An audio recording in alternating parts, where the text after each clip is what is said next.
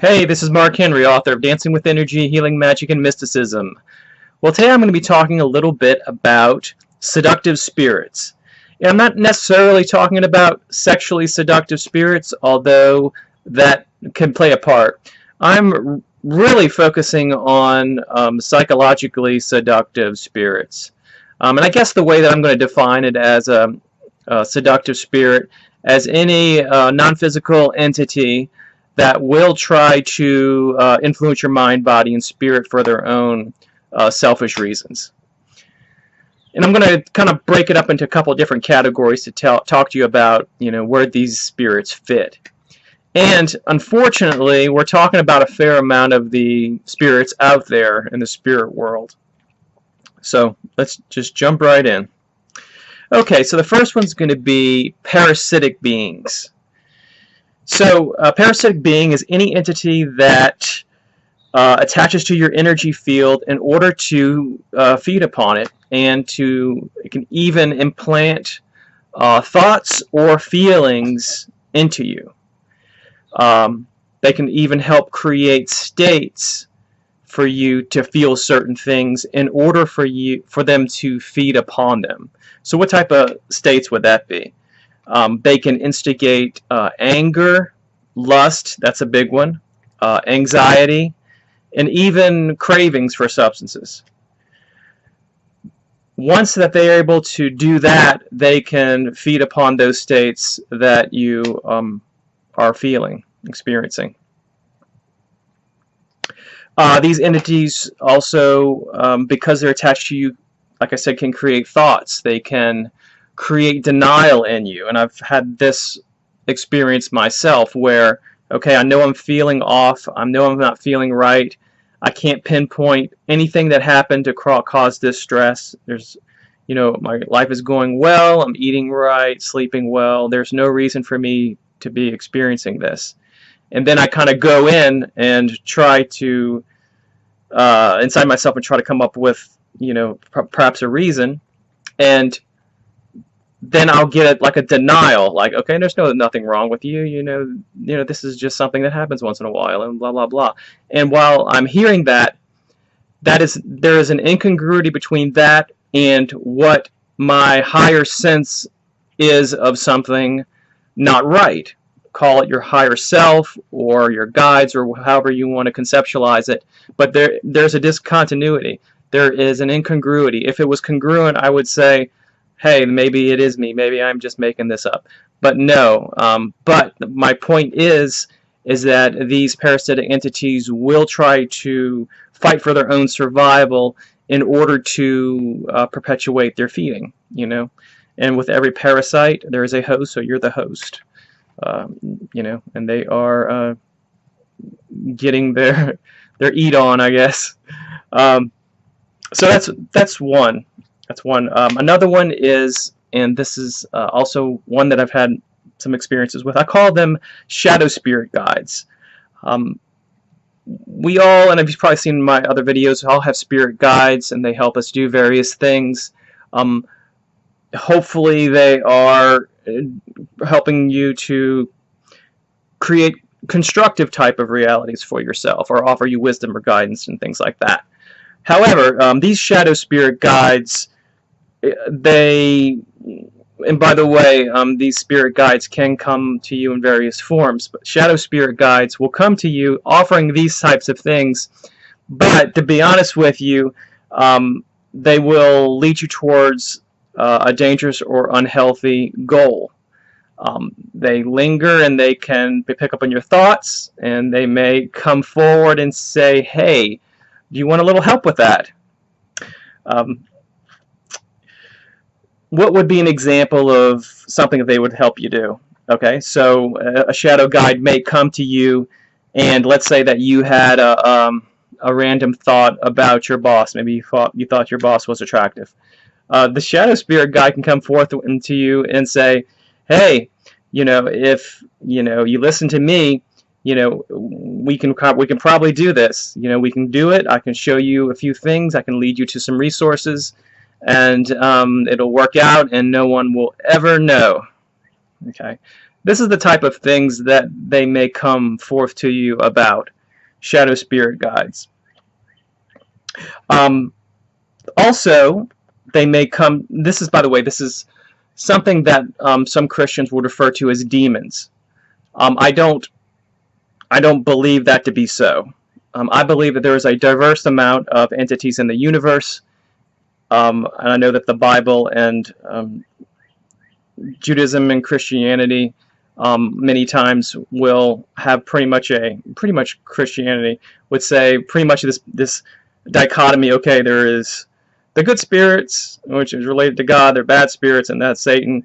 And then there's just two, and you divide everybody up. And I don't find that to be a case. I find that there's a multiplicity of things going on, and it's not quite that black and white. I think that that type of thinking comes from a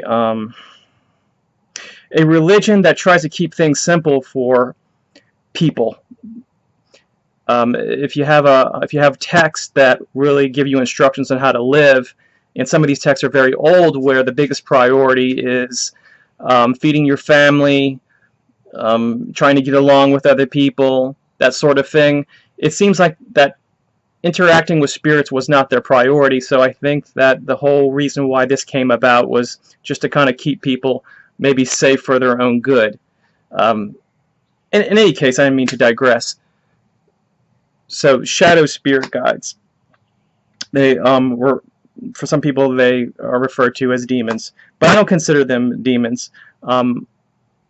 I think that they can be very deceptive. Like I said, they can be very seductive because they can offer something that you may want. But, I don't consider them evil. It's kind of like the way that spirits are, if you were to think of the Chinese symbol of the yin and yang. Okay, so they have the white, which is the yin, the black, which is the yang, and it is the opposites. And yet, in the yin, the white, there's a little bit of darkness, and in the yang, there's a little bit of white. So there's a lot of gray involved in these types of situations. Also, something interesting is that I had last week somebody who said, you know what, I'm afraid of studying magic and occultism because I don't want to deal with the evil spirits. And I'm thinking, well, you're worried about these evil spirits over here, but you're not worried about this guy you're dating. These are people and there are people who have evil spirits with flesh, who are walking around in 2 legs. And I find that there are people that scare me far more and will cause much more harm than so-called evil spirits, just kind of hanging out and doing their thing. So, yes, people are the biggest enemy. Okay, what else? Demons. Now, when I'm talking about demons, I'm actually talking about demons that would sometimes require a conscious relationship with you. So I'm not talking necessarily, so this isn't like someone's coming around just to kind of prey upon you randomly. What I think about in this particular instance is the spirit Lilith. Now, if you read a little bit about Lilith, scholars are still a little bit debating about whether Lilith is a dark goddess or whether she is a demon. And just to kind of give you just a tad bit background on Lilith, I don't want to get too far into her. It's probably better to do that in another video.